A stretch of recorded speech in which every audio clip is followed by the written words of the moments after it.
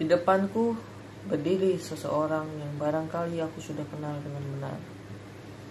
Mungkin juga tidak. Aku tidak tahu siapa namanya. Perawakannya sederhana. Ia tidak membawa apa-apa. Matanya juga hanya dua. Dengan sorot yang biasa, bahkan ia tersenyum manis dan mengatakan, "Apa kabarmu?" Tapi aku cemas. Aku merasakan ada bahaya dalam ketenangan, sedang merambat secara perlahan-lahan, hendak menjangkau leherku. Aku merasa terpepet, ke sudut dengan sopan dan kemudian pada akhirnya nanti dengan lemah lembut akan diminta untuk menyerah.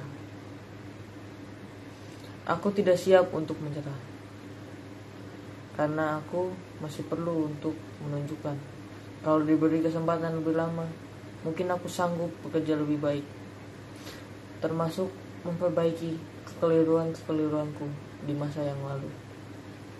Tapi sayangnya, waktu tidak bisa menunggu. Orang itu bertambah dekat. Akhirnya, aku terpaksa membela sebelum diserang. Aku memanggil, "Ya Allah, apa yang harus aku ambil?" Di sana hanya ada sebuah kursi. Kursi itu terpaksa aku angkat. Kemudian aku lemparkan kursi itu ke arah orang itu. Kena tepat di mukanya dan langsung terluka. Darah pun menetes dari dahinya, masuk ke dalam matanya. Lalu matanya itu terpejam, dan darah pun tergelincir ke atas pipi bercampur dengan air mata. Tetapi langkahnya tetap diayunkan menghampiriku. Aku jadi panik. Aku pun berteriak minta tolong.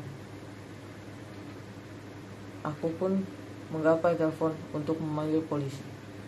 Tapi ada orang yang berbicara terus di dalam telepon. Dengan sangat dongkol, aku pun melemparkan telepon itu ke mukanya, tepat mengenai hidung orang itu. Hidung itu luka. Darah pun menetes dari hidung masuk ke dalam mulutnya. Mulut itu pun bergerak, lalu dia meludah. Dahak yang kental pun keluar. Aku mundur, merapat ke tembok. Dia mulai mendesak. Aku beringsut ke sudut. Sekarang aku mencoba menendang, kemudian memukul. Sesudah itu menggigit. Aku kalap. Aku ngamuk. Aku tak melihat apa-apa lagi. Orang itu sudah terlalu dekat. Baunya sangat terasa. Tubuhnya menyentuh. Aku dilandanya. Tidak. Aku gepeng. Aku coba juga meronta, tapi tak berdaya. Tak ada gunanya. Aku coba lagi berteriak, tapi suaraku juga sudah habis. Tenagaku sudah terkuras. Akhirnya orang itu masuk ke dalam tubuhku.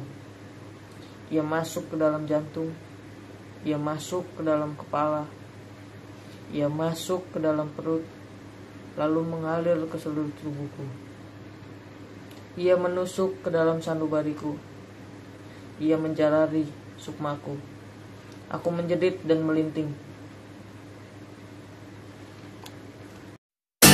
Terpujilah wahai engkau ibu